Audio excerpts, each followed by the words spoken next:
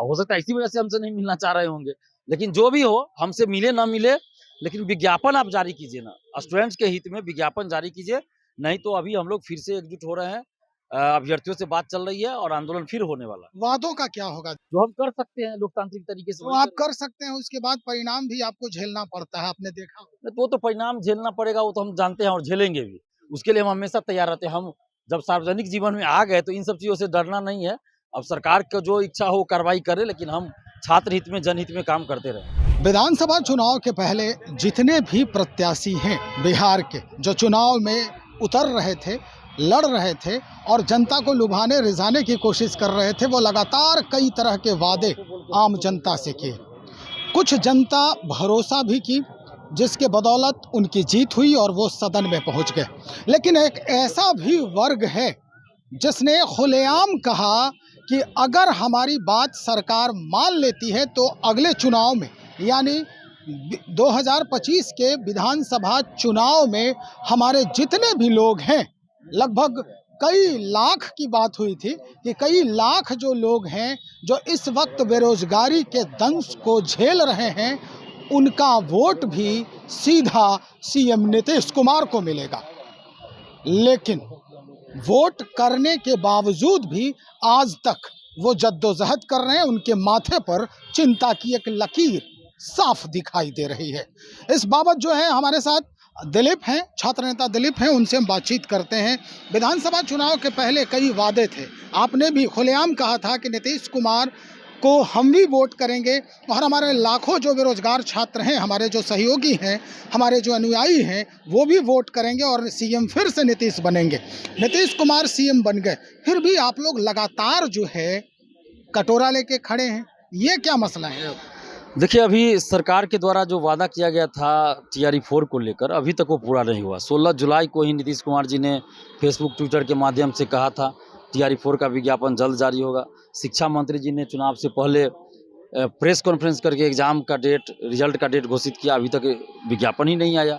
और अभी बार-बार कहा जा रहा है कि हफ्ता 10 दिन में आएगा, नहीं आया। और बार-बार आश्वासन दिया जा रहा, नहीं आया। अभी तक 46,000 वैकेंसी नहीं निकाल रही है सरकार और 1 करोड़ नौकरी की बात कर रही है।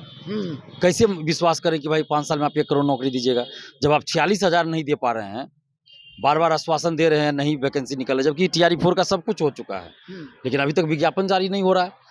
तो अब तो अभ्यर्थियों के धैर्य की जो सीमा है वो टूट रही है। अब दिलीप जी, सिर्फ टीआरई 4 की ही बात नहीं है, लाइब्रेरी साइंस के भी अभ्यर्थी हैं जो दिन रात जद्दोजहद कर रहे हैं, और भी बिहार एसएससी की बात अगर करें तो वहाँ भी जो है वही कहानी है।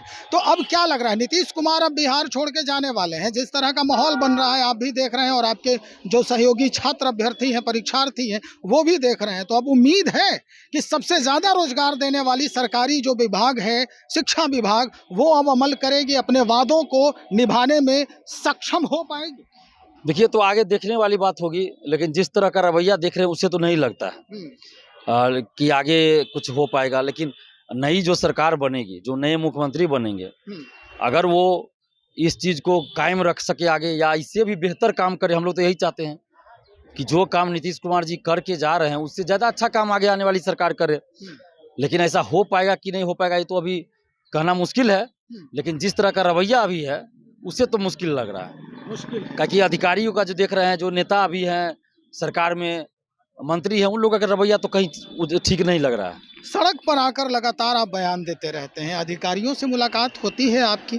अधिकारियों से मिले, जो विभागीय नेता हैं, मंत्री हैं, उनसे बात होती है इस बाबत कि भाई छात्र हित में आप कुछ सोचिए? इस बाबत कभी कोई बातचीत हुई सकारात्मक कुछ? देखिए, नेताओं से तो बात नहीं होती है हमारी, अधिकारियों से बात होती है, जो संबंधित विभाग है, आयोग है, उनसे।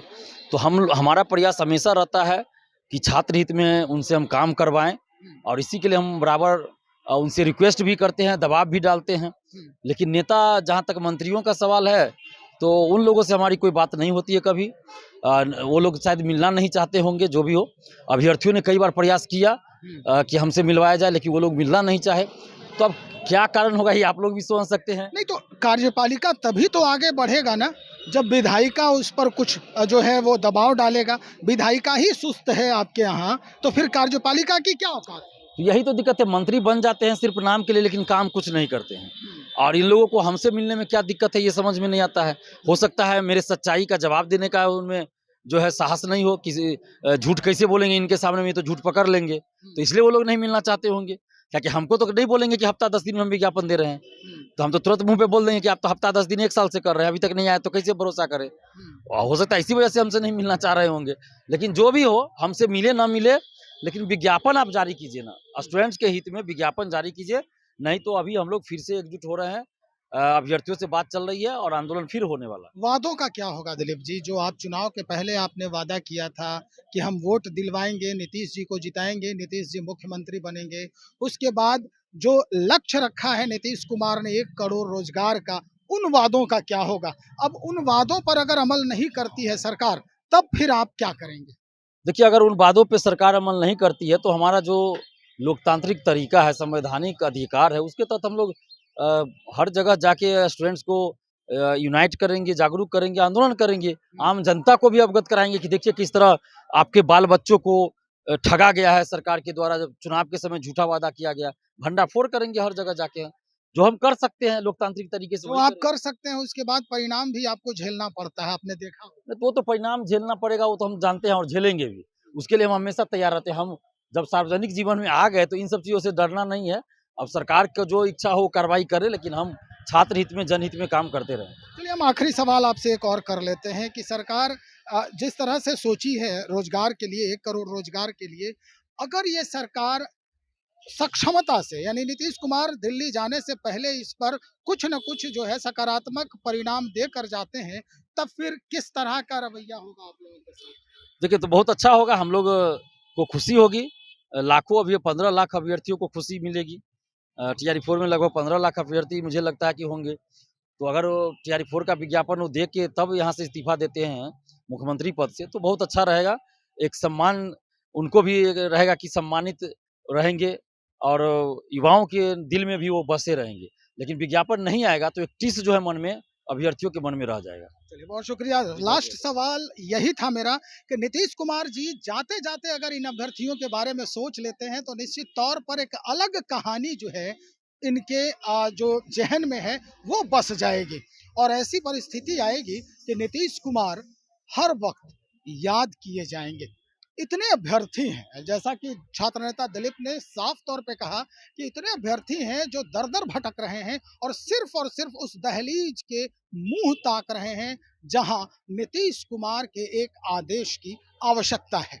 तो चलिए इंतज़ार करते हैं और देखते हैं कि कैसे ये पूरा माहौल जो है अब तब्दील होता है। इन बेरोज़गारों को सरकारी नौकरी मिलती है, शिक्षक बनते हैं, लाइब्रेरियन बनते हैं और कई ऐसे विभाग हैं, जहां पर ये लोग कई वर्षों से अप्लाई करके इंतज़ार कर रहे हैं। बने रहिए, जो भी स्थिति आएगी, जो भी अद्यतन जानकारी वहाँ से मिलेगी, हम आप तक सीधा पहुँचाने का काम करेंगे। बहुत शुक्रिया।